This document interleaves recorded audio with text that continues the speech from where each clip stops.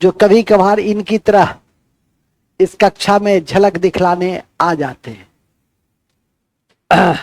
हम लोग आगाज करना चाहेंगे। अच्छा, तुम्हारे लिए भी सुप्रभात कि तुम भी कभी कभी झलक दिखलाने आ जाती है। नहीं, आप रेगुलर आते हैं। कक्षा आरंभ करने से पहले मैं 5-10 क्वेश्चन आपसे पूछना चाहूंगा, और ऐसा नहीं है कि वो क्वेश्चन आपको नहीं आता होगा। यदि आप कंपटीशन का रियल मायने में तैयारी कर रहे हैं तो नाम सुना होगा हानिया का। हाल ही में चर्चित हानिया कौन है? पूरा मध्य पूर्व एशिया में चर्चा का केंद्र बिंदु में एक ही शख्सियत है जिसके विषय में कहा जाता है कि मोसाद ने उसकी हत्या करवाई है, और वो है हमास चीफ। वो कौन है? हानिया हमास चीफ है। और मोसाद कौन है? वो इजराइल का इंटेलिजेंस एजेंसी है। इजराइल का इंटेलिजेंस एजेंसी कौन है? मोसाद। और हानिया कौन है? हमास का चीफ है। इसी कड़ी में एक पोर्टल भी बड़ा चर्चा में, समाचार पत्रों में भी लगातार देखते होंगे, और उसका नाम है प्रवाह। उसका नाम क्या है? उसका नाम है प्रवाह।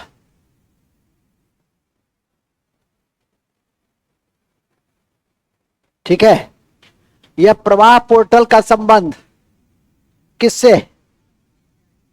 आरबीआई से है। Very good. प्रवाह पोर्टल नजर रखेंगे। ठीक है। हानिया याद हो ही गया, हमास चीफ। मोसाद पता ही है कौन है?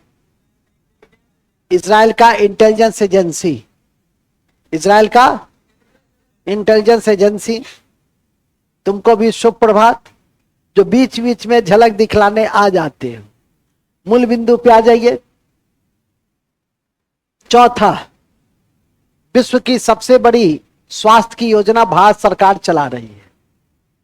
उस योजना का क्या नाम है और कब से शुरू की गई? बहुत चर्चित है, बहुत चर्चित है। क्या नाम है उसका? बहुत चर्चित है। उसका नाम है आयुष्मान भारत योजना। ठीक है। उसका क्या नाम है? आयुष्मान भारत योजना।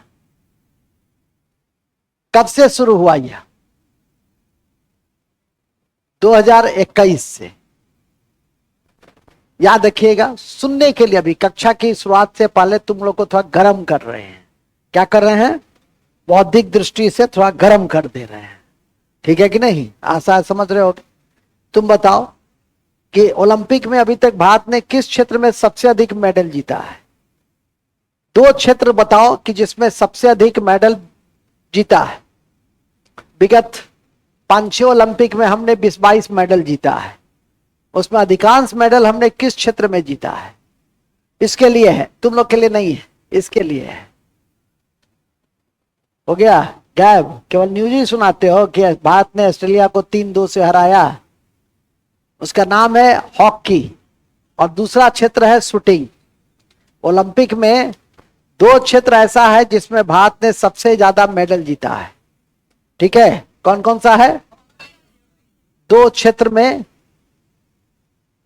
ओलंपिक में सबसे अधिक भारत ने मेडल जीता है। ओलंपिक की व्याख्या अंतिम दिन होगी, जब संपूर्णता से सारी बात हो जाएगी।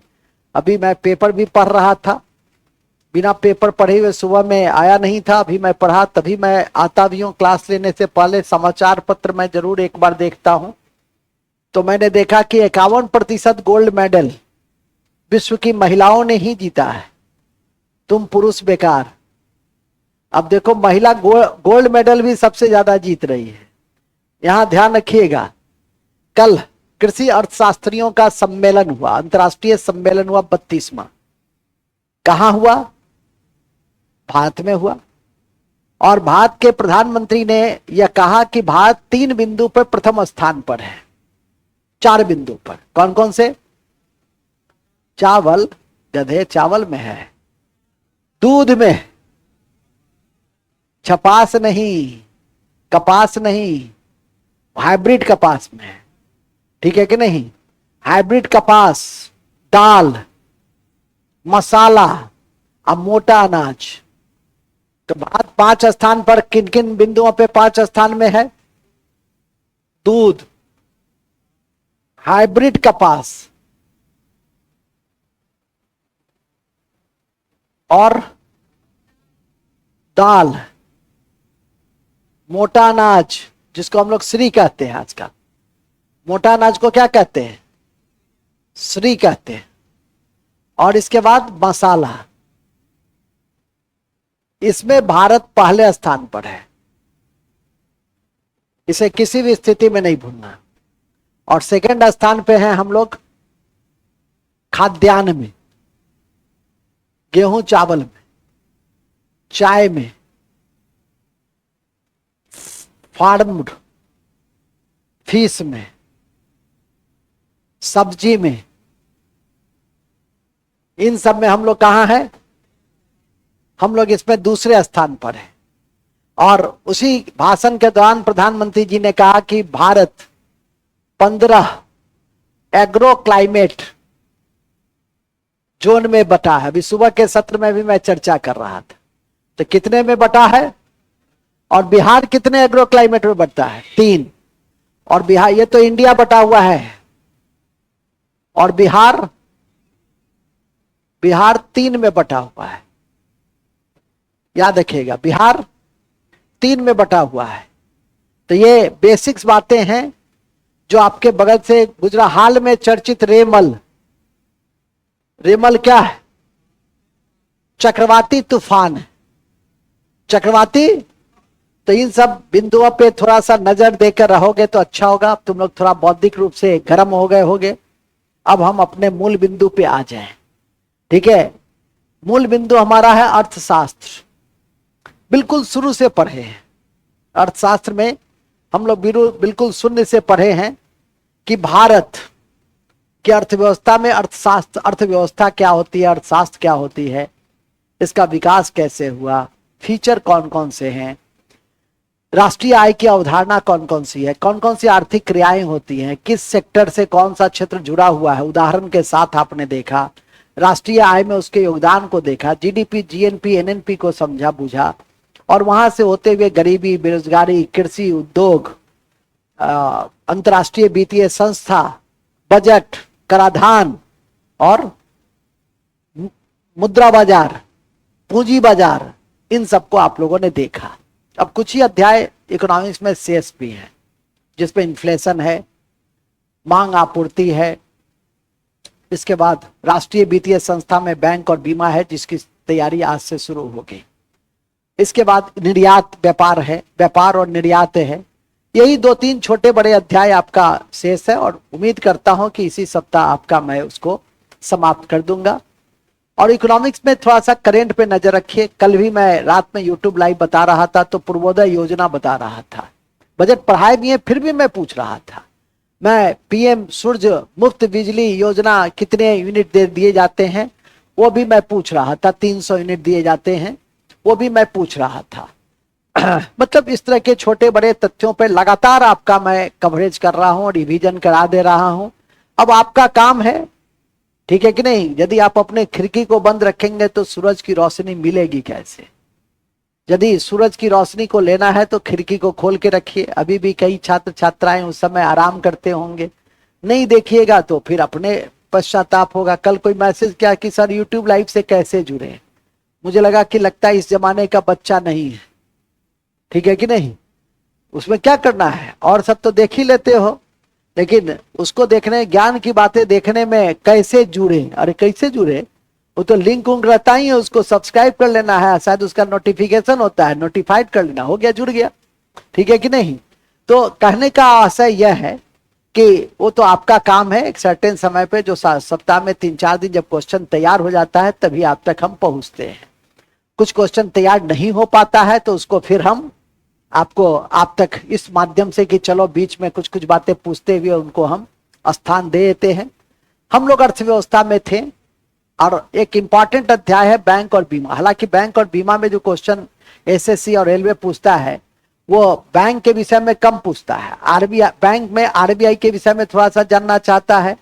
कुछ फाइनेंशियल इंस्टीट्यूशन है जैसे एफएसडीसी है, ठीक है कि नहीं, जैसे जीएसटी काउंसिल है, जैसे आपका सिडबी है, जैसे आपका नाबार्ड है, इन सब के विषय में वो जानकारी लेना चाहता है।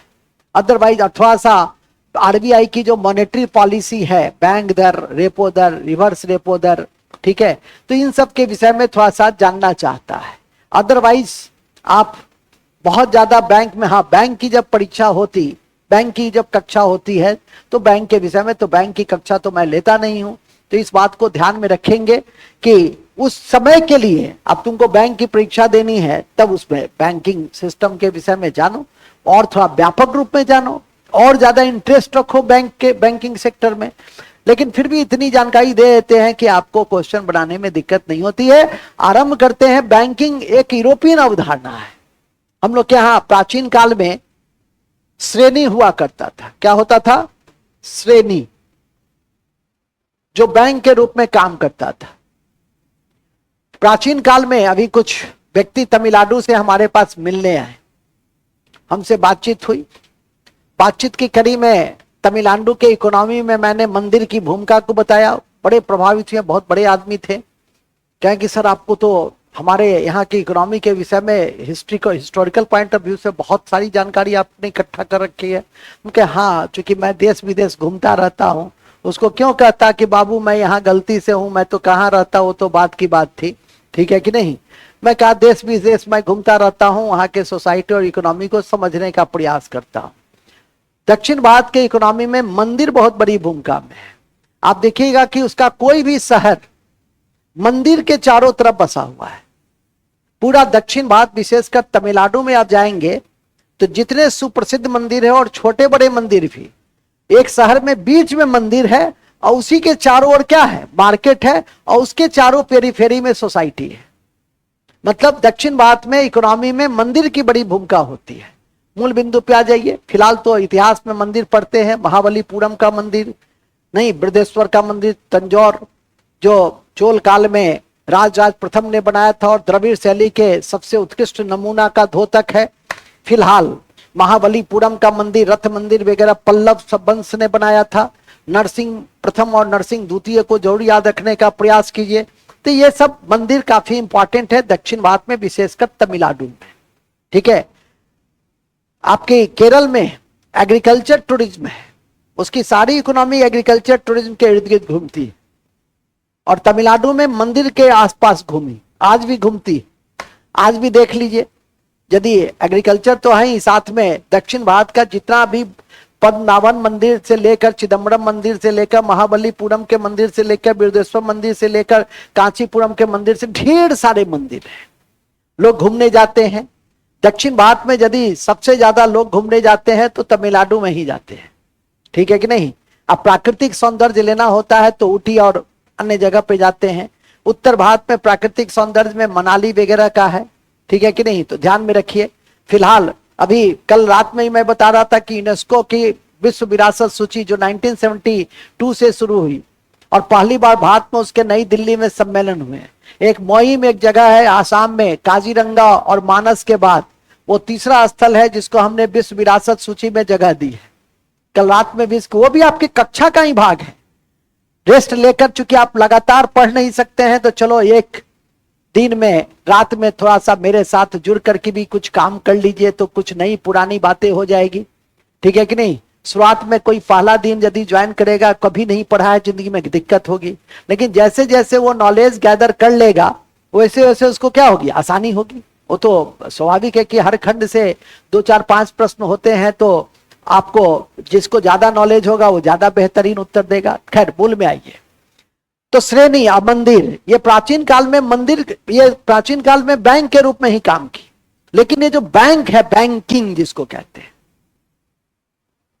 ये मुद्रा बाजार का ही एक भाग है और एक यूरोपियन अवधारणा है। बैंक ऑफ इंग्लैंड से इसकी शुरुआत होती है।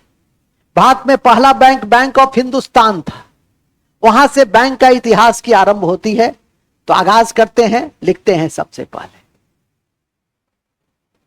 दुखी मत हो, लिखो। बैंकिंग एक यूरोपियन अवधारणा है। बैंकिंग एक यूरोपियन अवधारणा है।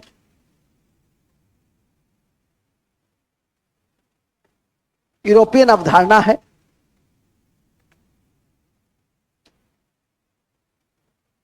यूरोपियन अवधारणा है। विश्व का पहला बैंक, विश्व का पहला bank bank of England, bank of England है। विश्व का पहला बैंक बैंक ऑफ इंग्लैंड है। जबकि भारत का पहला बैंक, जबकि भारत का पहला बैंक, जबकि भारत का पहला बैंक बैंक ऑफ हिंदुस्तान है। बैंक ऑफ हिंदुस्तान है, जिसकी स्थापना 1770 में हुई। 1770 में हुई, 1770 में हुई, और जिसे अलेक्जेंडर एंड कंपनी ने खोला था, और जिसे अलेक्जेंडर एंड कंपनी ने खोला था, और जिसे अलेक्जेंडर एंड कंपनी ने खोला था,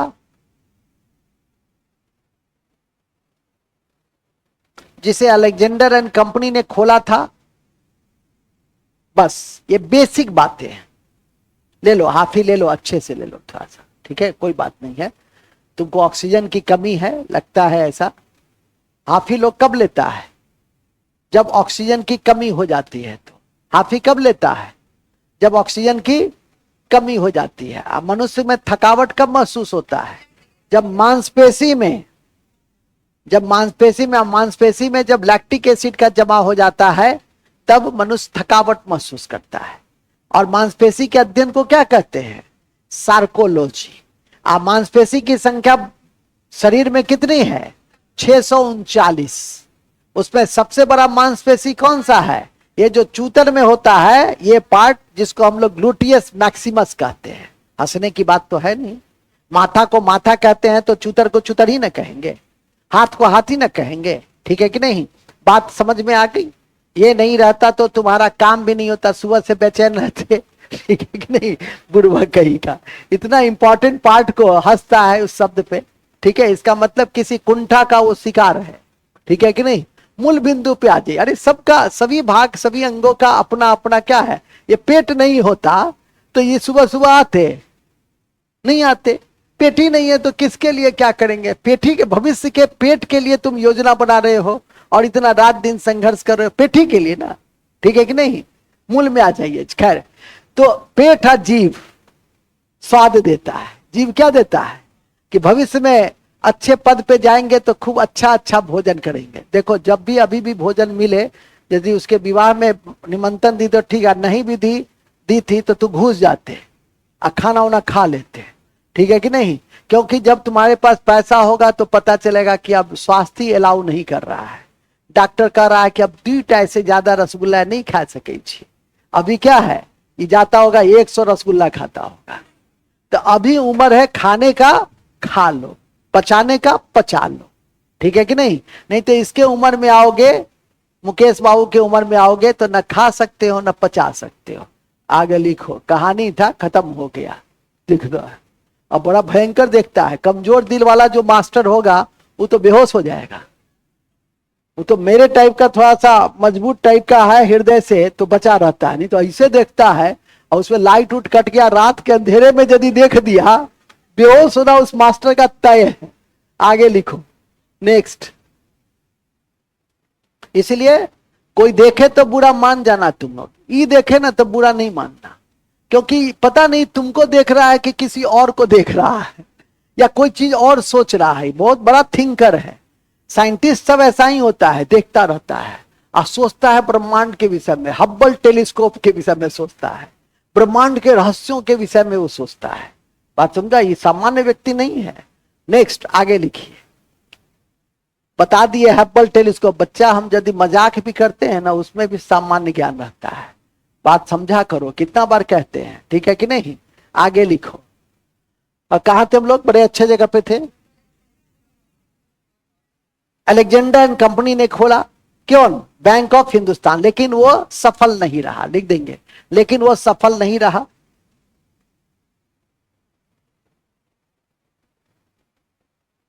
लेकिन वो सफल नहीं रहा। लेकिन वो सफल नहीं रहा। कौन सफल नहीं रहा? कौन सफल नहीं रहा? याद रखिएगा। Next, okay. फिर लिखिए, आगे चलकर तीनों प्रेसिडेंसी में, आगे चलकर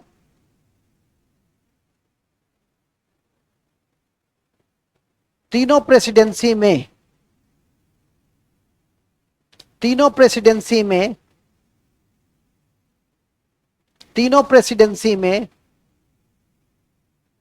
बैंक खोले गए। जैसे कलकत्ता, बैंक खोले गए जैसे कलकत्ता, आराम से, ठीक है। कलकत्ता, बम्बे, मुंबई, उस समय मुंबई था, मद्रास,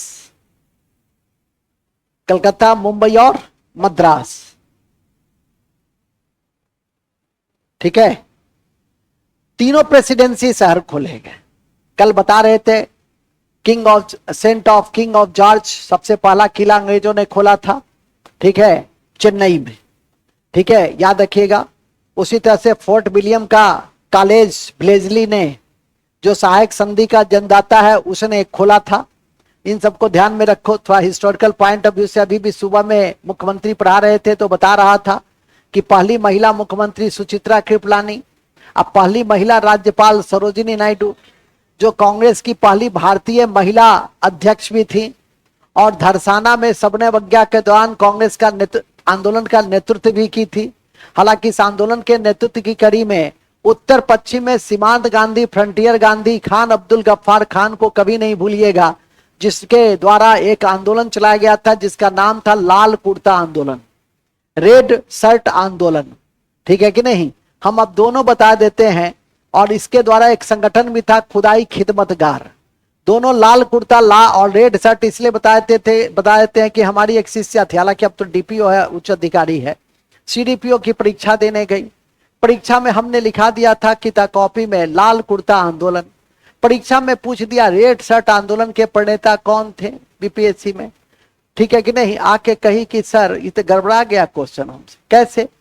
तो सर आप तो बताए थे लाल कुर्ता ना, ये तो रेड शर्ट दे दिया था, और आप कहे थे कि इतिहास तथ्यों से भरा हुआ है, ठीक है कि नहीं। ये बात मेरे जेहन में सेट कर गया, गड़बड़ हो गया। उसके बाद से मैं इसलिए कही तुम कुछ ऐसी छोटी बड़ी गलती करते हो हमको जरूर सूचना दे दो, क्योंकि तब मुझे लगेगा कि हमको विद्यार्थी को किस स्तर पे जाकर, हालांकि अब हम अपने स्तर को इतना उच्च कोटि का बना लिए हैं कि ऐसे ऐसे महापुरुषों को भी मैं पढ़ा लेता हूं।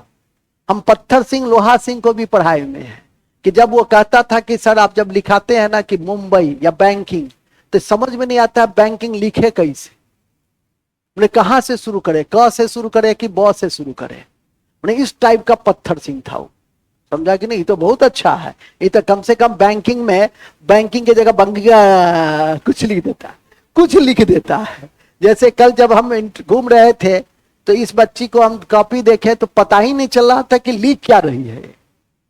अच्छा आज हम भेज दिए थे ना, तुम्हारा इसके पीडीएफ को भेज दिए थे ना, तो अब तुम रोज पीडीएफ भेज देना, कम से कम तुमको देख करके भी जो अशुद्ध वगैरह लिखता होगा वो शुद्ध कर लेगा, ठीक है कि नहीं। जहां तक अपना काम है कर देना चाहिए। मुख्य बिंदु पे आ जाइए। तो मुख्य बिंदु यह है कि जैसा कि मैंने अभी आपको संज्ञान में दिया कि तीनों बैंक का मिला करके हमने इंपीरियल बैंक ऑफ इंडिया तैयार किया, और इसी इंपीरियल बैंक ऑफ इंडिया कालांतर में किस में बदल गया, स्टेट बैंक ऑफ इंडिया में गोपुरिया समिति के आलोक में बदल गया, और 1955 में इसका स्टेट बैंक ऑफ इंडिया का राष्ट्रीयकरण हुआ। बैंकों का राष्ट्रीयकरण में सबसे पहले आरबीआई का हुआ 1949 में। अभी आ रहे हैं, अभी बैंक के विकास को दिखला रहे हैं तो लिखिएगा। तीनों बैंकों को मिलाकर, तीनों बैंकों को मिलाकर imperial bank of India,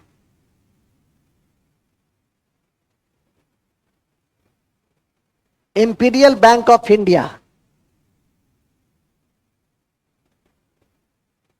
imperial bank of India बनाया गया। इंपीरियल बैंक ऑफ इंडिया बनाया गया, जो कालांतर में एसबीआई के नाम से जाना जाता है।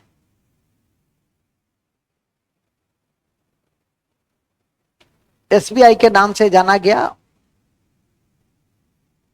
एसबीआई के नाम से जाना गया, एसबीआई के नाम से जाना गया। और इसका राष्ट्रीयकरण, और इसका राष्ट्रीयकरण, और इसका राष्ट्रीयकरण 1955 में हुआ। इसका राष्ट्रीयकरण 1955 में हुआ, 1955 में हुआ। ब्रैकेट में लिख दो, गोईपुड़िया समिति के अनुशंसा पे। गोईपुड़िया, गोईपुड़िया लिखो ना, गोईपुड़िया, सीधे लिख दो पुड़िया समिति, कोई दिक्कत नहीं। अब नहीं लिखने आ रहा है गोई तो हम क्या करेंगे? हर चीज का हम तो सामान्य अध्ययन के मास्टर हैं, ठीक है। कोई जरूरी है कि हर चीज को आप ग्लिटरिंग वे में लिखिए। ग्लिटरिंग वे क्या होता है? ग्लिटरिंग वे होता है, पूछता है एसएससी में, ग्लिटरिंग मतलब होता है सफल, प्रभावशाली, इफेक्टिव, सक्सेसफुल, ठीक है, एडजेक्टिव है ग्लिटरिंग वे।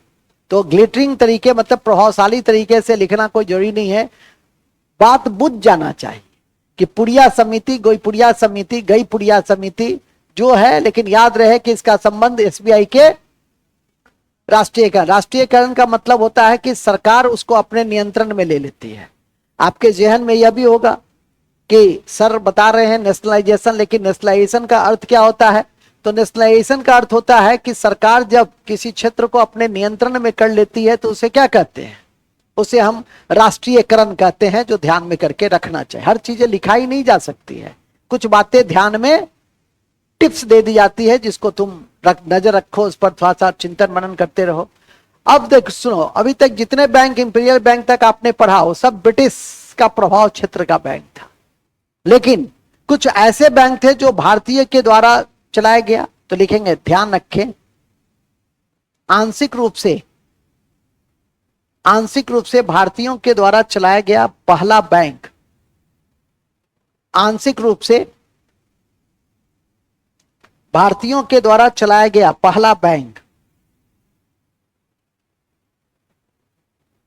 पहला बैंक अवध कमर्शियल बैंक था। अवध कमर्शियल बैंक था,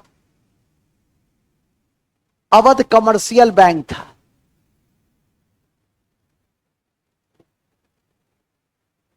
अवध कमर्शियल बैंक था।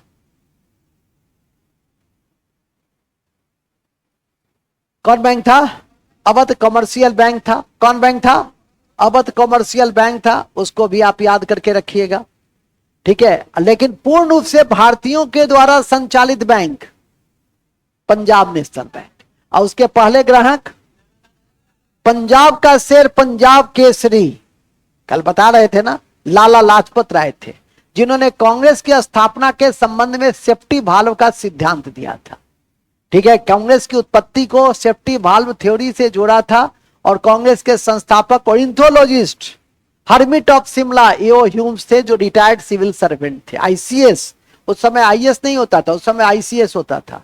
आजादी से पहले आईसीएस होते थे, और पहले आईसीएस थे सत्येंद्र नाथ टैगोर। पहले भारतीय आईसीएस थे सत्येंद्र नाथ टैगोर, याद करके रखिएगा। सुरेंद्र नाथ बनर्जी भी आईसीएस थे, सुभाष चंद्र बोस भी आईसीएस ऑफिसर थे, ठीक है कि नहीं। तो आपके सुरेंद्र नाथ बनर्जी को तो इतना तंग किया कि उनको अंत में इस्तीफा देना पड़ा, और इंडिया में सिविल सर्विसेज आंदोलन की शुरुआत करने वाले सुरेंद्र नाथ बनर्जी ही थे, ठीक है कि नहीं। भारतीय राष्ट्रीय कॉन्फ्रेंस की नींव डाली और भारतीय राष्ट्रीय कांग्रेस की जब स्थापना 28 दिसंबर 1885 को गोकुलदास तेजपाल संस्कृत महाविद्यालय मुंबई में हुई, तो एकमात्र महत्वपूर्ण नेता नहीं थे, वो सुरेंद्रनाथ बनर्जी ही थे, जो अपने संगठन के वार्षिक सम्मेलन में व्यस्त थे। फिलहाल इतिहास की बातें हैं, हम लोग इकोनॉमिक्स में हैं। और हमने अभी आपको बताया कि पहला पूर्ण रूप से विशुद्ध रूप से भारतीयों के द्वारा संचालित बैंक कौन सा है, तो लिखेंगे विशुद्ध रूप से भारतीयों के द्वारा संचालित bank Punjab national bank. Punjab national bank, Punjab national bank है जिसकी स्थापना 1894 में हुई,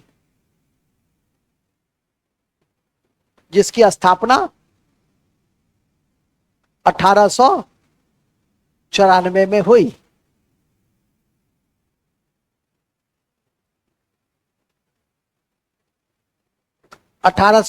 में हुई, ठीक है। अवध कमर्शियल बैंक की स्थापना 1881 में। अवध कमर्शियल बैंक की स्थापना 1881 में, 1881 में। कौन है? आइए नेक्स्ट। अति महत्वपूर्ण है कि भारत का केंद्रीय बैंक, भारत का केंद्रीय बैंक, भारत का केंद्रीय bank reserve bank of India, reserve bank of India, reserve bank of India की स्थापना, रिजर्व बैंक ऑफ इंडिया की स्थापना हिल्टन यंग, हिल्टन यंग, देखो ना हिल्टन यंग लिख दे क्या, हिल्टन यंग समिति के अनुशंसा के आलोक में, हिल्टन यंग समिति के अनुशंसा के आलोक में, हिल्टन यंग समिति, हिल्टन यंग समिति के अनुशंसा के आलोक में एवं बैंकिंग रेगुलेशन एक्ट, एवं बैंकिंग रेगुलेशन एक्ट, एवं banking regulation act, banking regulation act 1934 के प्रावधान के अनुसार, 1934 के प्रावधान के अनुसार, अंडरलाइन कीजिए उसको, 1934 के प्रावधान के अनुसार, 1934 के प्रावधान के अनुसार,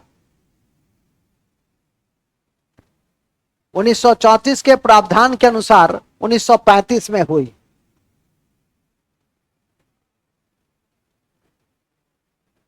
ठीक है, 1935 में, अंडरलाइन कर दीजिए, अंडरलाइन कर दीजिए। ओके, 1935 में हुई, इसको अंडरलाइन कर देंगे। 1949 में आरबीआई का राष्ट्रीयकरण किया गया। 1949 में आरबीआई का,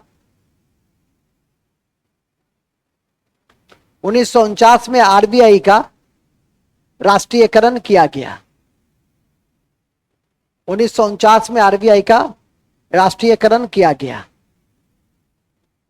ओके, तो आरबीआई का राष्ट्रीयकरण कब किया गया?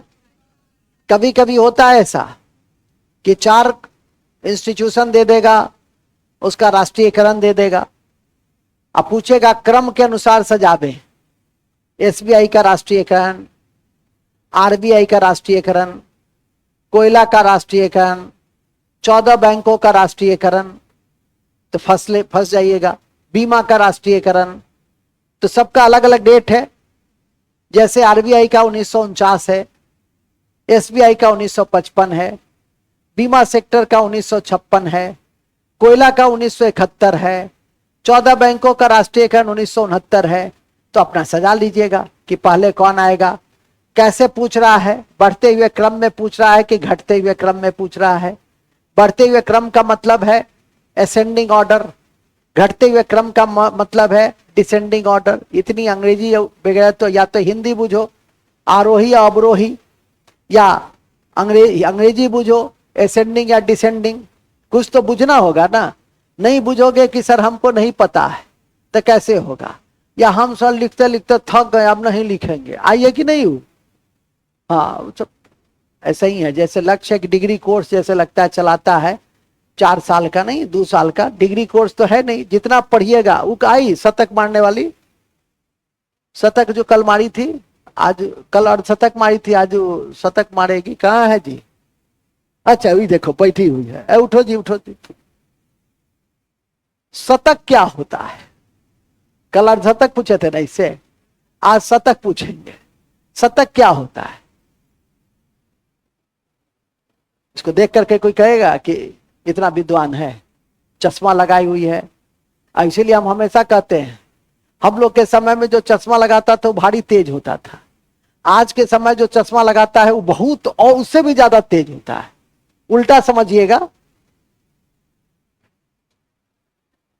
क्या शतक क्या होता है नहीं बताए, हमने अभी भी हिंट्स दे दिया, कल भी पढ़ाए थे। 50 रन जब कोई बल्लेबाज बना ले तो अर्धशतक, और 100 बना ले तुम तो बड़ी तेज हो, वेरी गुड। शतक, शतक ये शतक बनाई, इसको 85 में अभी दिक्कत है, बैठो ठीक है कि नहीं। हाँ तो मैं बता रहा था कि आरबीआई के विषय में समझा रहा था। अच्छा इस बातचीत के कड़ी में एक और भी महत्वपूर्ण बिंदु है कि कौन सा ऐसा देश है जो आरबीआई जिसका 1947 ईस्वी तक केंद्रीय बैंक के रूप में काम करता रहा, स्वतंत्र होने के बाद भी। म्यांमार। कुछ दिमाग रखता है इसलिए ना हम तुमको खोजते हैं। तुम ही बताए थे ना विवेक बाबू, कौन बताया, तुम ही बताया, वेरी गुड। 1935 के एक्ट में पढ़ाए थे ना कि म्यांमार भारत से अलग हो गया 1937 में, लेकिन केंद्रीय बैंक के रूप में आरबीआई ही काम करता रहा 1947 ईस्वी तक, ठीक है कि नहीं। तो आशा है, इसलिए ना कहते हैं दिमाग का विकास कीजिए, असल वही है, सब पढ़े हुए हैं, नहीं भी पढ़ाए तो कॉमन सेंस से। इसी को कहते हैं प्रेजेंस ऑफ माइंड, इसी को क्या कहते हैं, प्रेजेंस ऑफ माइंड, ठीक है कि नहीं। तो प्रेजेंस ऑफ माइंड क्या होता है सो मैं आपको बता दिया, ठीक है। अभी मैं साक्षात्कार ले रहा था, मैंने एक छात्र से पूछा कि मणिपुर जल रहा है, आप एमएससी एग्रीकल्चर है, पीएचडी भी है, अपने एंगल से इसकी व्याख्या कीजिए, ठीक है कि नहीं। आशा है समझ गए। मणिपुर जलने के पीछे का सबसे बड़ा कारण है अफीम की खेती, और वो एग्रीकल्चर कॉजेज ही है, इसी को कहते हैं प्रेजेंस ऑफ माइंड। बात समझा कि नहीं समझा। और वो भी 5 आदमी 4 आदमी के सामने में उस प्रेजेंस ऑफ माइंड को आप अभिव्यक्त कर दे। यहां तो हम सिंगल आदमी थे, इसको अभी तक अर्धशतक का शतक बता रहे हैं हम, आज जब तक कि डबल सेंचुरी तक नहीं जाएगी छोड़ेंगे नहीं इसको हम। कल अब हम डबल सेंचुरी इससे पूछेंगे, ठीक है कि नहीं। हमको पता है नहीं आएगा, फिर भी मैं पूछूंगा कि कम से कम दिमागी हालात सुधरे। अभी जैसे हम आए तो हानिया के विषय में पूछे, हानिया पहले तो नहीं पूछा जा सकता था, मरेगा तभी ना पूछेंगे। नहीं, मोसाद चर्चा में आया, आया चर्चा में तब ना पूछेंगे। रेमल चर्चा में आया, आया तब ना पूछेंगे। प्रवाह रोज 5 तथ्य ऐसे, जैसे अभी मैंने कहा कि कृषि अर्थशास्त्रियों का सम्मेलन बाद में हुआ, यूनेस्को के द्वारा विश्व विरासत जो सम्मेलन था वो भारत में हुए, इस बार नई दिल्ली में हुए। तो हुआ तब ना आपसे पूछेंगे, नहीं हुआ तो कैसे। कल भी एक बता रहे थे, पूछ रहे थे लखपति दीदी योजना, बड़ा चर्चित योजना है। कौन सा मंत्रालय देख रहा, अभी 15 अगस्त को पिछले बार प्रधानमंत्री ने घोषणा की थी, ग्रामीण विकास देख रहा है। मिशन वात्सल्य, मिशन शक्ति, ये महिला बाल विकास देख रहा है। पकड़ में नहीं आएगा तुम्हारा। अभी आकर के मैंने एक प्रेजेंस ऑफ माइंड वाला क्वेश्चन पूछा कि विश्व की सबसे बड़ी स्वास्थ्य कवरेज योजना है वो कब शुरू हुआ, नाम बताओ पहले। बहुत बहुत पिन दिया, उंगली दिए मुंह में, तब जाके एक आध लोग बताया कि सर आयुष्मान भारत योजना है, जिसकी शुरुआत 2021 में हुई। आशा है समझ गए होंगे। कल भी बता रहे थे कि कौन सी योजना है जिसमें 10 लाख पहले दिए जाते थे, अब 20 लाख दिए जाएंगे। मुद्रा योजना बता रहे थे ना, पहले भी बताया क्लास में। पहले तो हम क्लास में ही बता दिए थे बजट वाले में कि मुद्रा योजना में शिशु, तरुण, किशोर, ये तीनों उसका उप योजना है जो जिस पर नजर रखेंगे। यह भी पूछता है कि शिशु, तरुण, किशोर का संबंध निम्नलिखित में से किस योजना से है। तो आज ना तो परीक्षा तक रह जाए, परीक्षा तक टिक जाए, कम। देखो ये 3 दिन पे आई है, आज 3 दिन क्या 1 सप्ताह पे हम देखे, कल आई थी। तो ऐसे करके क्या देख रही हो? मास्टर साहब कह दिया तो यस सर, जी सर, सॉरी सर। देख रही है सर क्या कह रहे हैं सर? ऐसे नहीं कहा जाता है, ठीक है? बुरा लग जाएगा हमको जब बुरा लग जाएगा तो बहुत बुरा लगता है हमको, तो समझा करो। हाँ आगे चलो, कहाँ थे हम लोग? कहाँ थे? हम थे म्यांमार चले गए थे। हम कहाँ चले गए थे? म्यांमार। और याद रखिएगा कि म्यांमार से भारतीय राज्य 4 लगता है। अरुणाचल, अरुणा मामी बताए थे, अरुणाचल, नागालैंड, मिजोरम और मणिपुर। मामी, म से मणिपुर, अम्मी से मिजोरम, अरु से अरुणाचल, ना से नागालैंड। आशा है समझ में आ गई होगी। अरुणा मामी म्यांमार। कहां से आई है अरुणा मामी तुम्हारे घर में? म्यांमार से। कहां से आई है? उसका पुराना नाम था बर्मा। उसकी एक जीवन रेखा है इरावती नदी, और अराकोन योमा हिमालय की बृहद सीमा निर्धारण करती है। उसका विस्तार है हिमालय का विस्तार, अराकोन योमा, जो भारत को म्यांमार से अलग करती है। वहां की एक बड़ी मुस्लिम समस्या है, अल्पसंख्यक समस्या, रोहिंग्या मुसलमान। वहां की एक बहुत सुप्रसिद्ध राजनीतिक नेत्री हैं जिनका नाम है आंग सांग सू की। अभी वर्तमान में म्यांमार में सैनिक शासन है। यह भी पूछा जाता है कि निम्नलिखित में से भारत के किस पड़ोसी देश में, अरे सब लिखा नहीं जाता है, सुनो, जागृत करो, कितना चीज लिखोगे, ठीक है कि नहीं? ध्यान से सुनो, फिर वीडियो देखो, फिर जागृत करो अपने दिमाग को। सबसे बड़ी बात है अपने आप को जागृत करो। अभी यह भी पूछा जा सकता है कि निम्नलिखित में से भारत के किस पड़ोसी देश में सैनिक शासन लागू है? पाकिस्तान, बांग्लादेश, नेपाल, म्यांमार। क्या मारिएगा? म्यांमार मारिएगा। तो आशा है समझ में आ गई। अभी थोड़ी लिखोगे कॉपी में, ठीक है कि नहीं? और यदि जागरूकता रहेगी तो फिर बनाने में कोई दिक्कत नहीं आएगी। तो याद रखिए। खैर अभी हम म्यांमार में नहीं थे, अभी हम कहां पे थे? अभी हम थे आरबीआई में थे। 1949 में उसका हम राष्ट्रीयकरण करा रहे थे। नोट में लिख दो 1947 तक, 1947 तक म्यांमार के लिए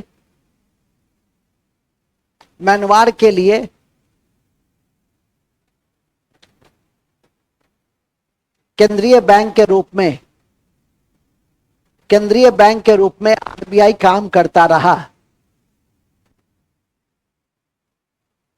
केंद्रीय बैंक के रूप में आरबीआई काम करता रहा।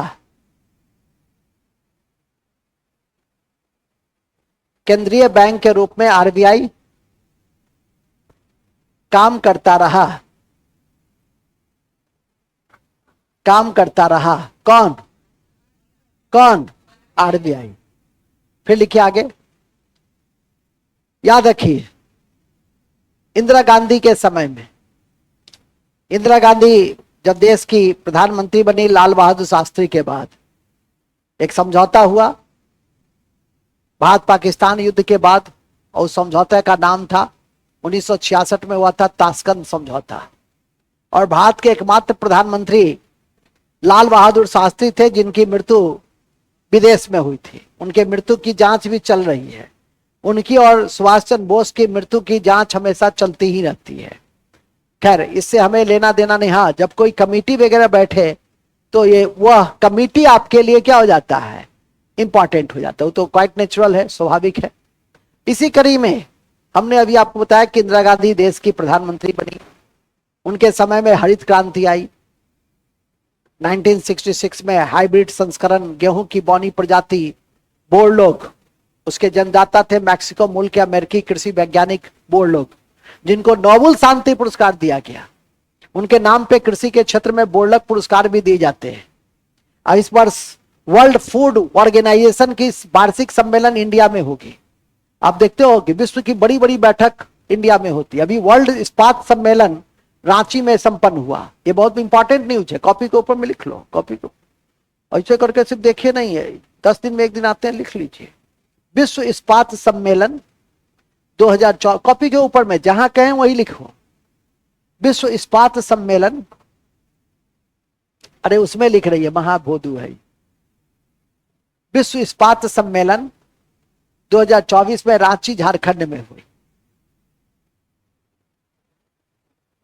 झारखंड में हुई। और विश्व खाद्य सम्मेलन, और विश्व खाद्य सम्मेलन, फूड सम्मेलन और विश्व खाद्य सम्मेलन 2024 में भारत में होगा, सितंबर में होगा। और जब होगा तो ध्यान रखिएगा, अगले महीना में होगा तो ध्यान रखिएगा, वो तो न्यूज होता है। जैसे आज भी पेपर पढ़िएगा तो प्रधानमंत्री का वक्तव्य है कि किसान की हर भूमि डिजिटलाइज होगी, डिजिटलीकरण किया जाएगा। अब वो जो बात कहे वो कृषि अर्थशास्त्रियों के सम्मेलन में ही उन्होंने कहा है, तो पूरा उस वक्तव्य को पढ़िए जा करके, बहुत कुछ जानने और समझने का आपको अवसर मिलेगा। सरकार की पीआईबी न्यूज हमारे टेलीग्राम पे है, प्रधानमंत्री के उस भाषण को 2 पन्ना 3 पन्ना का भाषण है, पढ़िएगा तो एग्रीकल्चर की ढेर सारी योजनाएं अपने आप आपके अंतर मस्तिष्क में आ जाएंगे। और फिर सेरेब्रल हेमिस्फीयर के माध्यम से हम तक पहुंच जाएगा, क्योंकि शरीर का कौन सा भाग इंटेलिजेंसिया कंट्रोल करता है? सेरेब्रल हेमिस्फीयर कंट्रोल करता है। भूख, ताप, प्यास, हाइपोथैलेमस मेंटेन करता है, जहां पर क्या रहता है? पिट्यूटरी ग्लैंड, जो शरीर का मास्टर ग्रंथि है। फिलहाल हम अभी बायोलॉजी की कक्षा में नहीं है, हम लोग कहाँ हैं? हम लोग इकोनॉमिक्स की कक्षा में है, आरबीआई को देख रहे थे। मैं इंदिरा गांधी के समय को देख रहा था। इंदिरा गांधी के समय में पीएल 480 नीति के तहत गेहूं आता था, लाल गेहूं, और वह भी लाल गेहूं हमें तब दिया जाता था जब हमारे प्रधानमंत्री जाते थे, खुशामद करते थे अमेरिकी राष्ट्रपति को। 3-3 घंटे हमारे प्रधानमंत्री को प्रेसिडेंट के वेटिंग कक्ष में बैठे रहना पड़ता था। ठीक है कि नहीं? क्यों? गेहूं मांगने आए हैं पीएल 480 नीति के तहत। और वो हम मांगने नहीं जाते थे, स्वयं अमेरिका ने कहा कि नवोदित विकासशील स्वतंत्र देशों को हम पीएल 480 नीति के तहत गेहूं देंगे, जिससे कि वहां भूख से मौत न हो। तो अपनी अंतरराष्ट्रीय छवि क्या थी? मानवतावादी बनाई हुई थी। लेकिन देता था कब? जब वह राष्ट्र उसके सामने गुहार लगाता था, तब। राष्ट्र की भी अपनी मजबूरी थी। तभी ना लाल बहादुर शास्त्री ने कहा उससे निजात पाने के लिए कि एक ही शाम खाइए, और स्वयं भी प्रधानमंत्री होकर उन्होंने कई महीने तक एक ही शाम खाया। पत्नी ने कहा भी कि आप प्रधानमंत्री हैं, रात दिन काम करते हैं, आप तो 2 टाइम खाइए। लेकिन उन्होंने कहा कि नहीं, नेता ऐसा होना चाहिए मन वचन कर्म से एक, कि हमने यदि अपने जनता को कहा है तो मैं भी क्या हूं, मैं भी एक ही टाइम खाऊंगा। तो उस समय की जनता का नेता के प्रति निष्ठा होता था। नारा दिया, जय जवान जय किसान। बाद में हमारे अटल बिहारी वाजपेयी जी ने नारा दिया, जय जवान जय किसान जय विज्ञान। ठीक है कि नहीं? प्रौद्योगिकी दिवस, राष्ट्रीय प्रौद्योगिकी दिवस हमें 11 मई को मनाने लगे। फिलहाल अभी हम राष्ट्रीय प्रौद्योगिकी दिवस में, दिवस भी आपके लिए बड़ा इंपॉर्टेंट होता है। हम लोग अभी नेशनलाइजेशन के पृष्ठभूमि को देख रहे हैं, और इसी कड़ी में गरीबों तक, चूंकि श्रीमती इंदिरा गांधी का एक दृष्टिकोण था कि हम गरीबों तक अपनी योजना को कैसे ले जाएं, तो सबसे पहले उन्होंने बैंकों का राष्ट्रीयकरण किया। 14 बैंकों का राष्ट्रीयकरण 1969 में हुआ कि गरीब को लोन मिले, जिससे कि उसको पूंजी की समस्या न रहे। कालांतर में श्रीमती गांधी ने जब 1980 में सत्ता संभाली, उसके बाद पुनः 6 बैंकों का राष्ट्रीयकरण किया। यह है बैंक के विकास के कड़ी में। लेकिन इस 1969 से 1980 के बीच गांव के पूंजी की समस्या के निराकरण के लिए क्षेत्रीय ग्रामीण बैंक की स्थापना हुई 2 अक्टूबर 1975 को। गोवा और सिक्किम को छोड़कर 2 राज्यों को छोड़कर सभी राज्यों में क्षेत्रीय ग्रामीण बैंक काम करते रहे। इसी कड़ी में 1982 में शिवरामन समिति के अनुशंसा के आलोक में नाबार्ड की स्थापना, छोटे छोटे उद्योग के विकास के लिए सिडबी की स्थापना हुई, जिसका मुख्यालय, ये देखा है, ये जिसका मुख्यालय लखनऊ है, जिसका मुख्यालय, आगे बैठो होश में रहो, नहीं तो गर्दा उड़ाने में टाइम नहीं लगता है हमको, ठीक है। चिल्ला के कहता मुंबई, इस बच्चे के दिमाग में यदि बैठ गया मुंबई, हम निकाल पाएंगे? कितना भी लिखा दे, कितना भी समझा दे, बुझा दे, नहीं निकल पाएगा, क्योंकि उसके दिमाग में उसका मुंबई जाके बैठ जाएगा। इसलिए कहते हैं मुंह तभी खोलो जब सही जानो, नहीं जानते हो मुंह बंद रखो, या कंफ्यूजन है मुंह बंद रखो। मास्टर साहब को पता ही नहीं चलेगा कितना विद्वान है, शुरू में हमको पता ही नहीं चलता था कितना विद्वान है, अब पता चला कि बाप ये तो भारी विद्वान है, ये तो मैत्री गागी महिला की विदुषी की तरह विद्वान है। आगे लिखो कि सर उसकी प्रशंसा कर रहे हैं कि हजामत बना रहे हैं, जो समझो तुम लोग, जैसी रही भावना तैसी। आगे लिखो, कहां थे हम लोग? अब इतना जो डायलॉग दिए नहीं कहती है, यस डायलॉग है, पूर्वक है, इतना जो डायलॉग दिया वो सबको लिखोगे ना, तो लिखो 14 बैंकों का, 14 बैंकों का, नेक्स्ट पॉइंट, 14 बैंकों का राष्ट्रीयकरण, 14 बैंकों का राष्ट्रीयकरण, 14 बैंकों का राष्ट्रीयकरण 1969 में किया गया, जिसकी पूंजी 50 करोड़ से अधिक थी, जिसकी पूंजी 50 करोड़ से अधिक थी, जिसकी पूंजी 50 करोड़ से अधिक थी, जिसकी पूंजी 50 करोड़ से अधिक थी। फिर लिखो 2 अक्टूबर 1975 को, 2 अक्टूबर 1975 को क्षेत्रीय ग्रामीण बैंक की स्थापना, क्षेत्रीय ग्रामीण बैंक की स्थापना, क्षेत्रीय ग्रामीण बैंक की स्थापना, क्षेत्रीय ग्रामीण बैंक की स्थापना, क्षेत्रीय ग्रामीण बैंक की स्थापना सिक्किम और गोवा को छोड़कर हुई, सिक्किम और गोवा को छोड़कर हुई, सिक्किम और गोवा को छोड़कर की गई।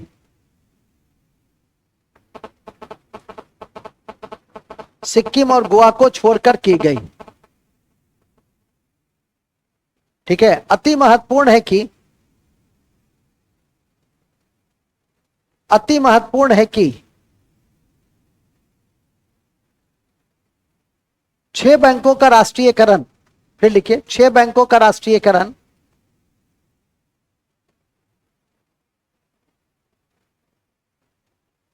6 बैंकों का राष्ट्रीयकरण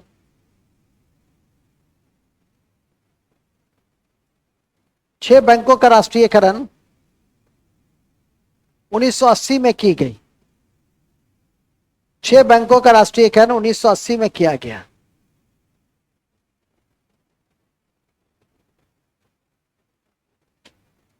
उन्नीस सौ 1980 में किया गया, भूलेंगे नहीं, नेक्स्ट पॉइंट, भूलेंगे नहीं, भूलेंगे नहीं, भूलेंगे नहीं। 1982 में, 1982 में, 1982 में शिवरामन समिति के अनुशंसा के आलोक में, शिवरामन समिति के, शिवरामन समिति के, शिवरामन समिति के अनुशंसा के आलोक में, शिवरामन समिति के अनुशंसा के आलोक में, शिवरामन समिति के अनुशंसा के आलोक में NABARD, NABARD national agriculture NABARD लिखो ना, NABARD, national agriculture, national agriculture rural rural development bank, development bank, development bank, national agriculture rural development bank की स्थापना हुई।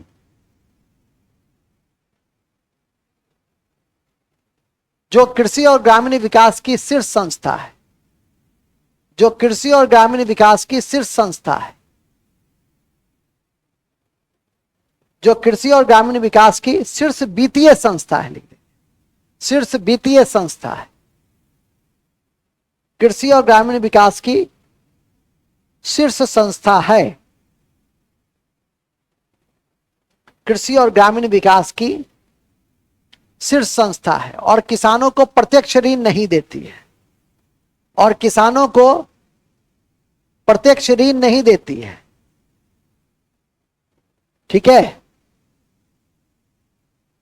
इसलिए आईएएस जैसी परीक्षा में भी एक बार पूछा गया कि निम्नलिखित में से किसानों को प्रत्यक्ष ऋण कौन कौन संस्था देती है। सुन लो पहले, ये लिख लिए ना, प्रत्यक्ष ऋण नहीं देती है।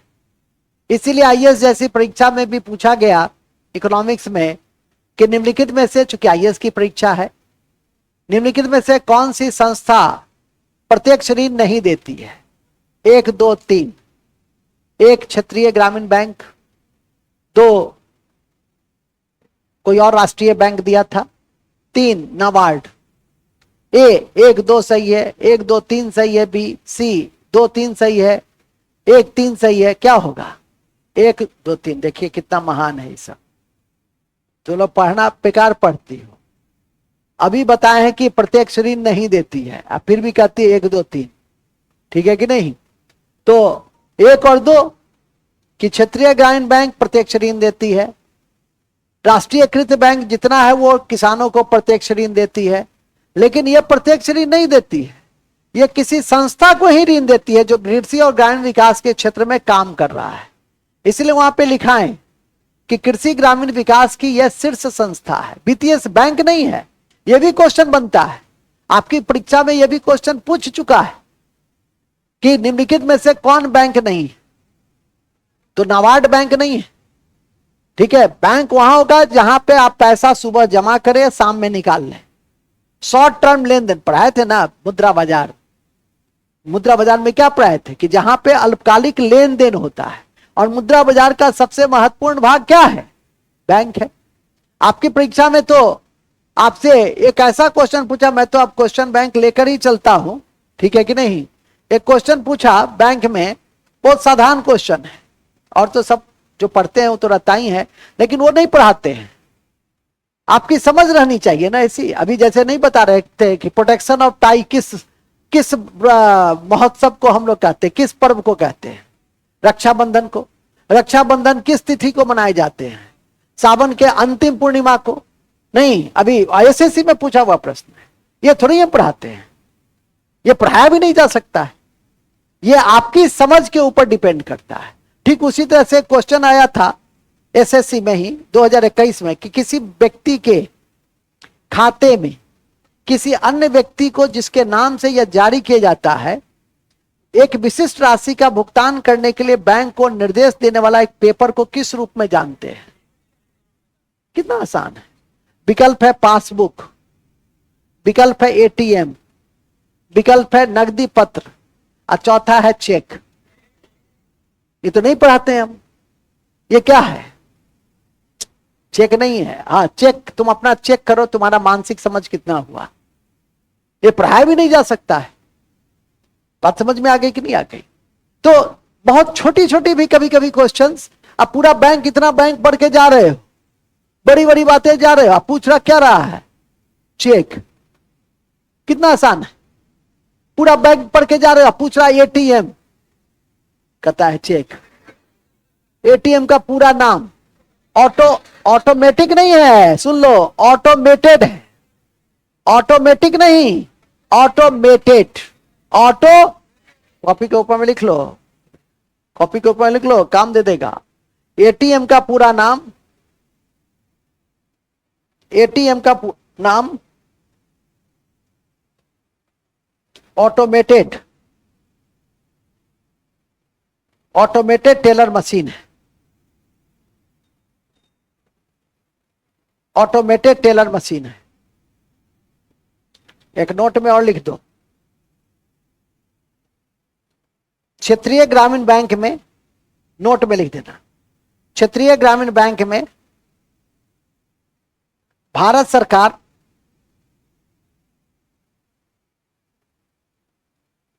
कॉमा भारत सरकार कॉमा प्रायोजक बैंक कॉमा प्रायोजक बैंक कॉमा, ऐसा नहीं कि कॉमा लिख देना, कॉमा एवं राज्य सरकार की हिस्सेदारी, राज्य सरकार की हिस्सेदारी क्रमशः 50, 35 और 15% रहता है, और 15% रहता है, और 15% कितना, 50, 35 और 15% रहता है। ठीक है कि नहीं? तो याद रखिएगा, क्या याद रखना है, 50, 35 और, चलिए नेक्स्ट, उसमें एटीएम लिख लिए सबसे पहले ऊपर में। एटीएम को कौन खोजा था? Shepherd, John shepherd. कॉपी के ऊपर में जहां पे एटीएम लिखो ब्रैकेट में लिख दो, जॉन सेफर्ड ने एटीएम की खोज की थी, और इस सर्विस की शुरुआत 1987 से हुई, और इस सर्विस की शुरुआत भारत में, और इस सर्विस की शुरुआत भारत में 1987 से हुई। ठीक है? यद्यपि ज्ञान के दृष्टि से ब्रिटेन में एक बैंक था जिसका नाम था वर्कलेज बैंक, और छोड़ दो, जब वो याद रखोगे तो सेफर्ड भूल जाओगे। लेकिन ध्यान रखो कि लंदन में एक बैंक था वर्कलेज बैंक, जहां सबसे पहले इसे इंट्रोड्यूस किया गया था। भारत में 1987 में इस बैंक का, इस सिस्टम को हम लोगों ने लाया था, और आज तो हर के पॉकेट में है एटीएम, हमको छोड़कर, हम नहीं यूज करते हैं। ठीक है कि नहीं? क्योंकि हमको आता नहीं है, हमको आता नहीं है, इसलिए यूज नहीं करते हैं। मूल बिंदु पे आ जाओ। मूल बिंदु कहां है? मेन बिंदु है हम लोग, जैसा कि मैंने अभी आपको बताया कि राष्ट्रीयकृत बैंकों के विकास के दृष्टि के क्रम में हमने नाबार्ड की परिचर्चा की, क्षेत्रीय ग्रामीण बैंक की परिचर्चा की। क्षेत्रीय ग्रामीण बैंक में केंद्र सरकार पैसा देता है 50, प्रायोजक बैंक, एक उसका प्रायोजक बैंक होता है, वो देता है 35, और राज्य सरकार देता है 15%। कभी, और एक बात याद रखना, देश का पहला ग्रामीण बैंक प्रथमा बैंक था, और कई ग्रामीण बैंक जो है नदियों के नाम पे भी रहता है। तो इसीलिए इस तरह के बिंदु पर थोड़ा सा नजर रखना भविष्य के दृष्टि से। फिलहाल तो आप बैंकों के इतिहास की कड़ी में लास्ट आप बैंक देखेंगे, और उसका नाम है सिडबी, जो small industry development bank of India है। 1990 में उसकी स्थापना हुई, और उसका मुख्यालय बड़ा इंपॉर्टेंट है, और उसका मुख्यालय लखनऊ में है, गोमती नदी के किनारे। तहजीब का शहर कौन? लखनऊ। अवध के अंतिम नवाब थे वाजिद अली शाह। तो लिखो, सिडबी की स्थापना भूलेंगे नहीं, सिडबी भूलेंगे नहीं, SIDBI, small industry development bank of India. SIDBI, small industry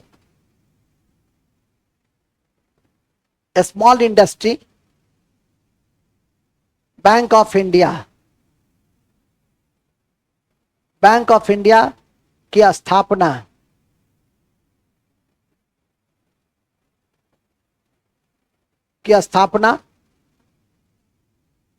की स्थापना, ठीक है, 1990 में 1990 में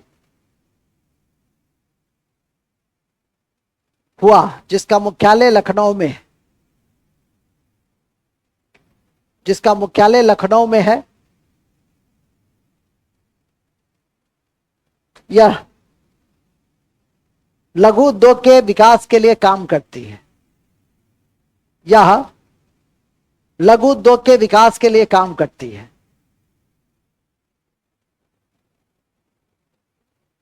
लघु उद्योग के विकास के लिए काम करती है।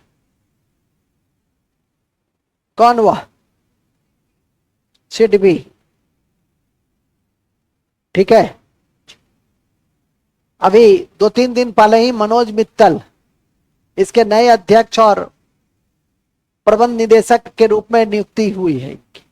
मनोज मित्तल, ध्यान रख सकते हैं तो लिखेंगे हाल ही में मनोज मित्तल को इनका अध्यक्ष बनाया गया। हाल ही में मनोज मित्तल को इसका अध्यक्ष बनाया गया। किसका अध्यक्ष बनाया गया? हाँ जी, ठीक है। बस, ठीक है। तो इतनी बात बैंक का इतिहास के क्रम में आपको ध्यान में करके रख लेना है। अब हमारा भाग 2 है, और भाग 2 क्या है बैंक में? भाग 2 है, और वो है आरबीआई का रोल, जिसकी कक्षा कल सुबह इसी समय इसी जगह पे होगी। जब भी कोई पाठ समाप्त हो जाता है तो हम लोग क्या पढ़ते हैं? Booster fact. तो लिखिए booster fact. Booster fact, booster fact में सबसे पहले लिखिए आरबीआई के पहले गवर्नर, आरबीआई के पहले गवर्नर ऑसबर्न स्मिथ थे। ऑसबर्न स्मिथ थे। ऑसबर्न स्मिथ, ऑसबर्न स्मिथ थे। ऑसबर्न स्मिथ लिखो ना। स्वतंत्र भारत के पहले आरबीआई के गवर्नर, स्वतंत्र भारत के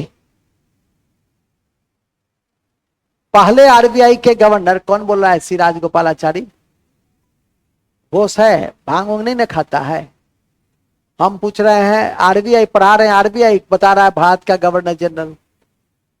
विद्वान हो गए हैं तो कंट्रोल करके रहिए ना, ठीक है?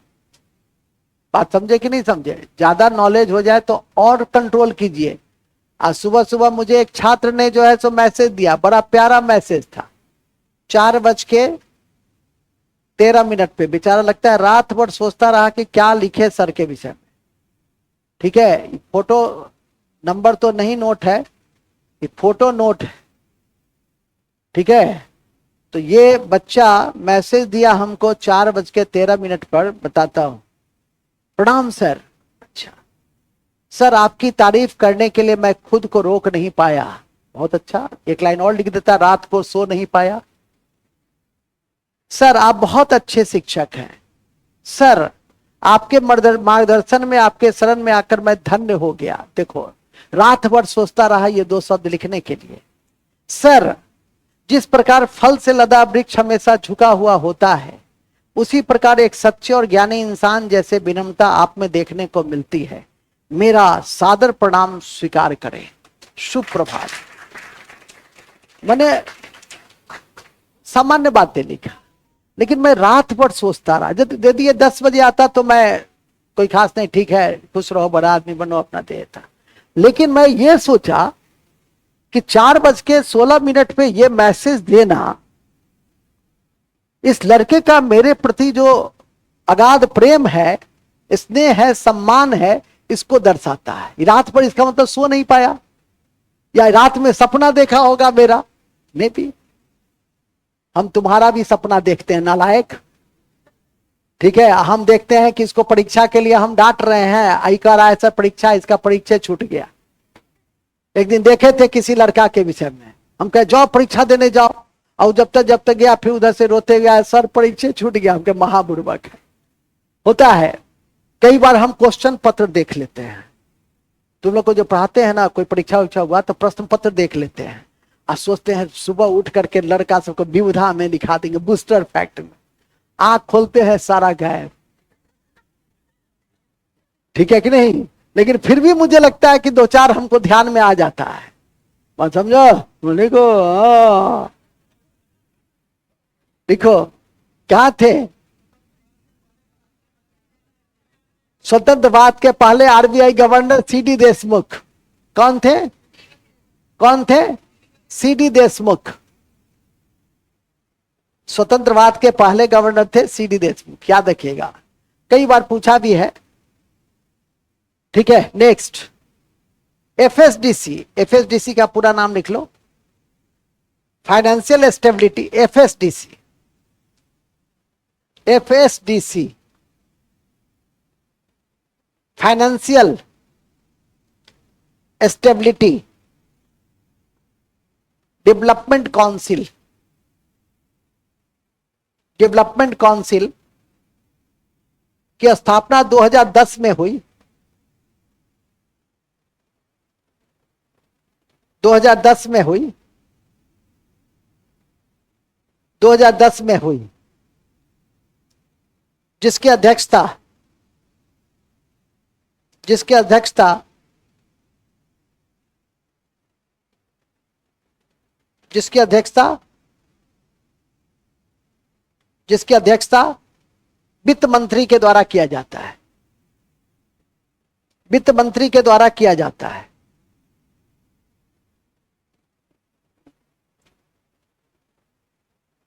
जिसकी अध्यक्षता वित्त मंत्री के द्वारा किया जाता है। ठीक है, किया जाता है। दूसरा ये लिख लिए ना, जीएसटी काउंसिल। जीएसटी काउंसिल के अध्यक्ष भी जीएसटी काउंसिल के अध्यक्ष भी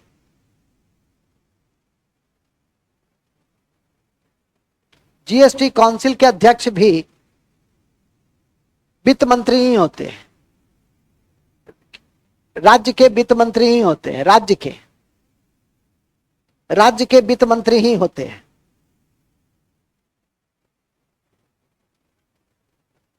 राज्य के वित्त मंत्री ही होते हैं। Next, FRBM act. FRBM act, FRBM act fiscal, उसका पूरा नाम लिख लो। अच्छा पहले ये लिख लो, एफआरबीएम एक्ट 2003 कब आया? 2003 में। अब लिखो एफआरबीएम एक्ट पूरा नाम लिखो पहले। Fiscal, fiscal responsibility, fiscal responsibility budget management. FRBM fiscal responsibility budget ये मैनेजमेंट एक्ट 2003 2003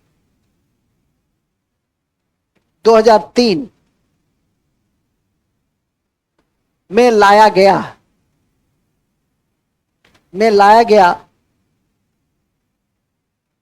गया जिसका उद्देश्य सरकार के राजकोषीय घाटे में संतुलन रखना है। सरकार के राजकोषीय घाटे में संतुलन रखना है।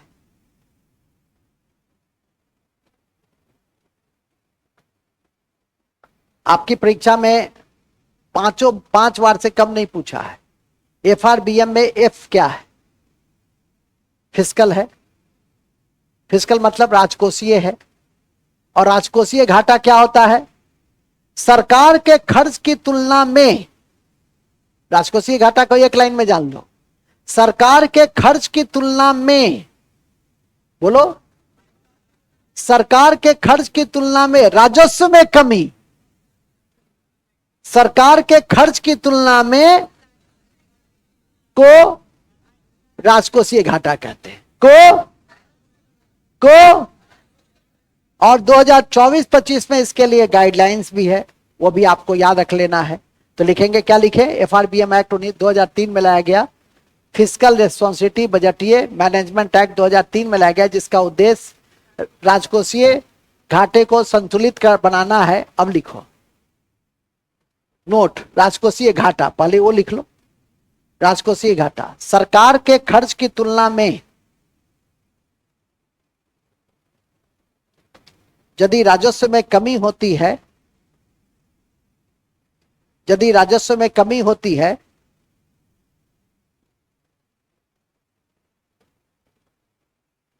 राजस्व में कमी होती है,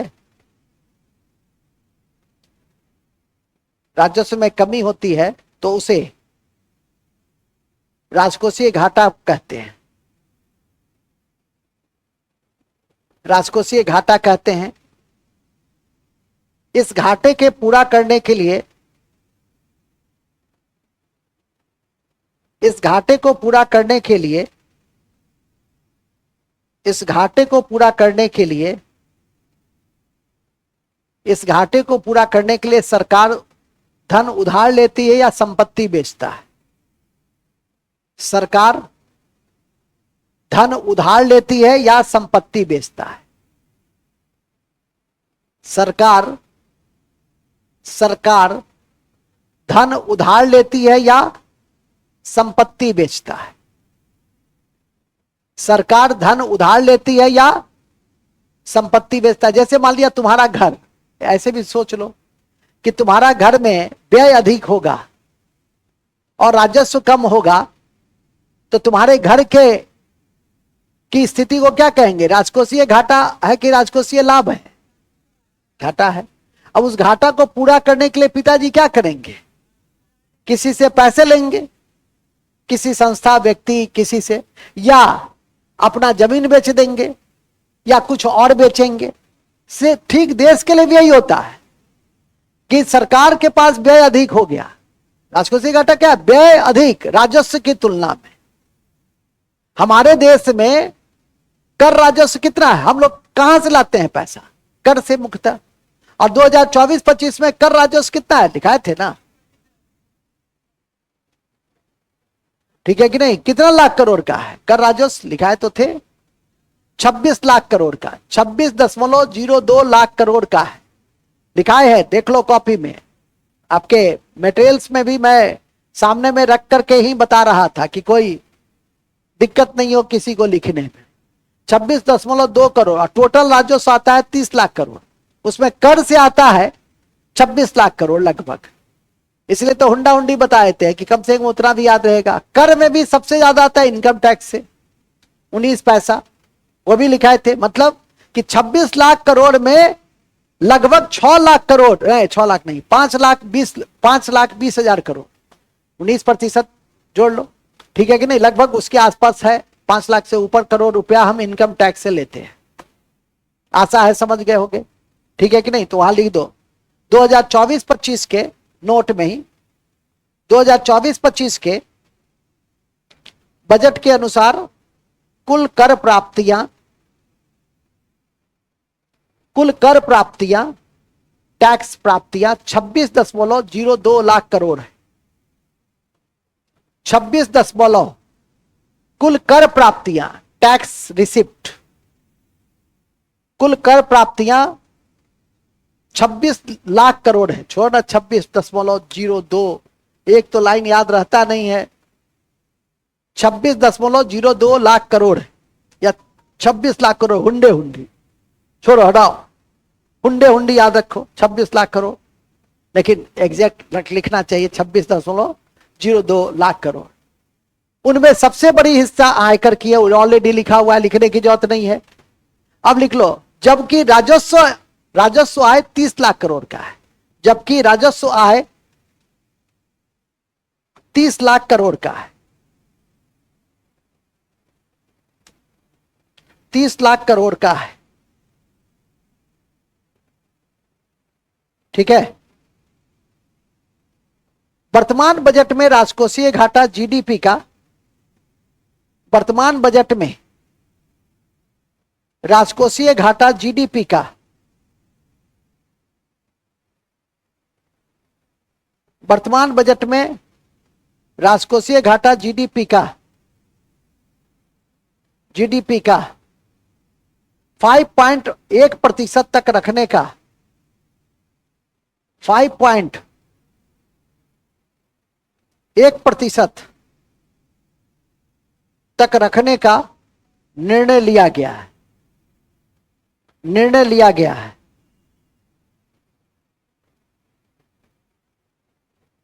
या सरकारी ऋण को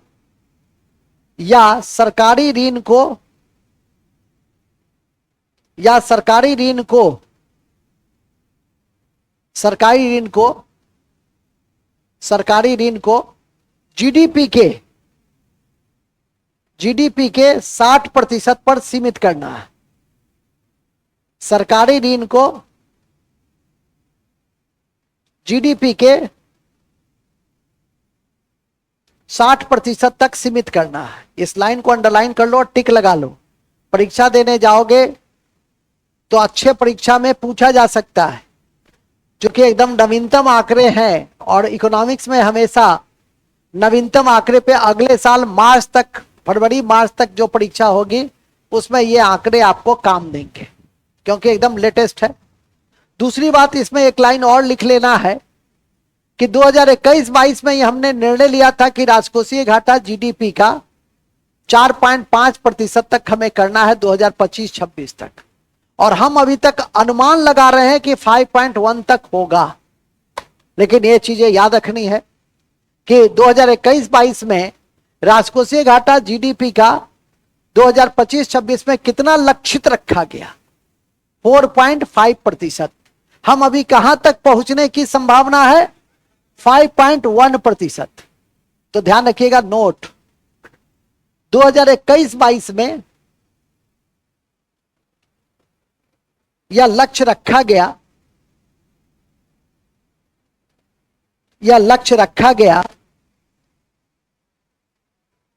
2021-22 में यह लक्ष्य रखा गया कि राजकोषीय घाटा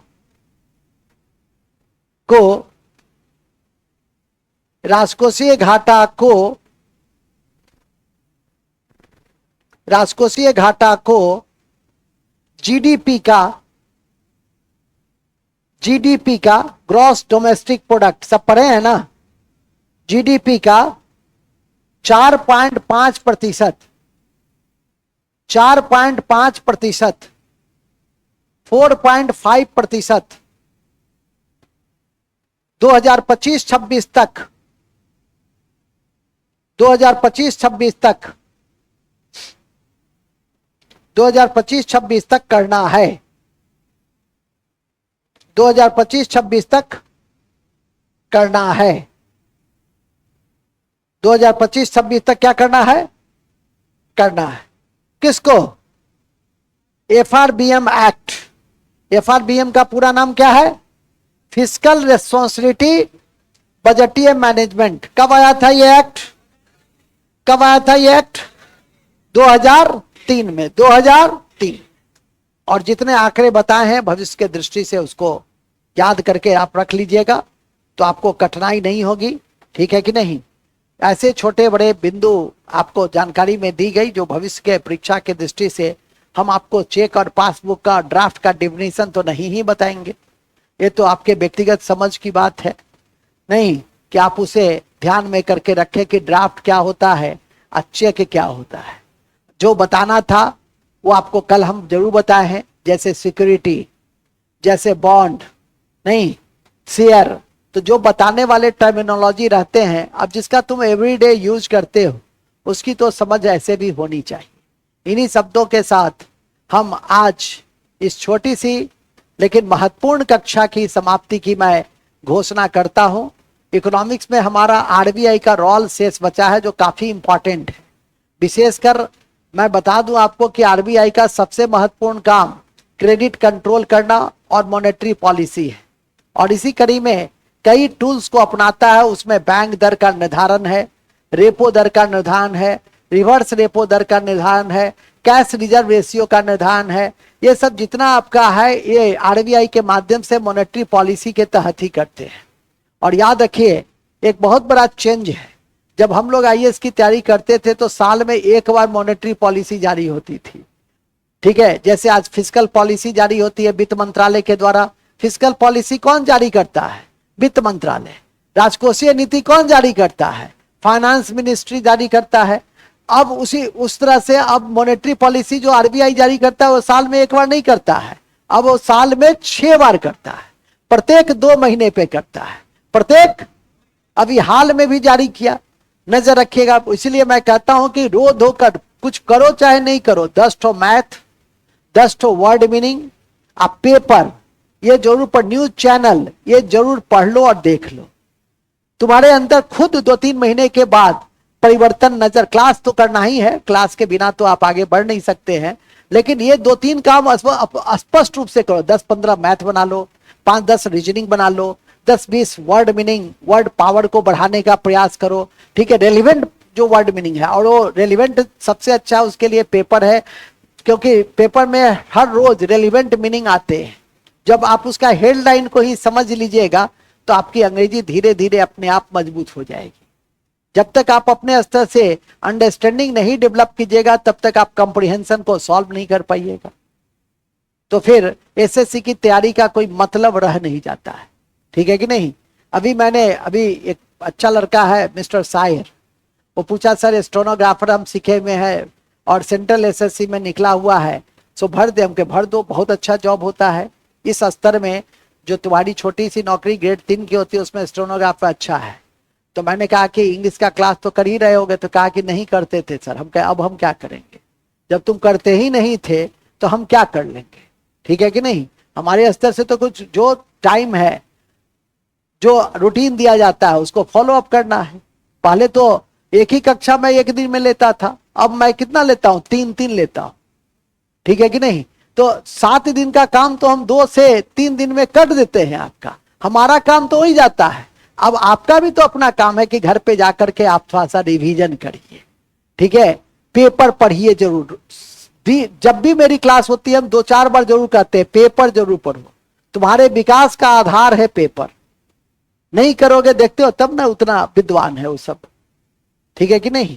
लगता है सो उठ करके सीधे पहुंच गई है यहाँ पे, अभी भी, जबकि ये कोई नहीं रह गई, 6 महीना 8 महीना से पढ़ रही है, अब फिर भी वही हाल है, अभी भी कोई वाइब्रेंसी नहीं, ठीक है कि नहीं। कल किसी से मैंने पूछा था ना कि मनु भाकर कौन है, कौन गई, किसी में पूछे थे हम, अच्छा बीपीएससी में पूछे थे, हाँ हाँ हाँ हाँ हाँ हाँ, किसी से मैंने पूछा, बीपीएससी में पूछे थे समझो, और वो ऐसे करके वंदे मातरम मुद्रा में खड़ी हो गई। तो मैंने कहा भी शायद यही डायलॉग दिया कि मुझे मन करता है कि मैं अपना माथा पटक लूं। तो वहां तो माथा नहीं पटक सकते हैं, लेकिन अपना माथा तो हम पटक सकते हैं। इतना तो कम से कम आप में समझ रहनी चाहिए ना भाई, कि आप कंपटीशन की तैयारी कर रहे हैं, आप मनु भाकर को नहीं याद रखे, नहीं, वो भी महिला से हम पूछे, महिला खिलाड़ी है, ये भी नहीं कि महिला है तो महिला की उपलब्धि को थोड़ा सा ध्यान में रखें। खैर, अब हम लोग बिना कोई ब्रेक दिए हुए, ब्रेक डाउन के, करेंट और मिसलेनियस को निकालते हैं।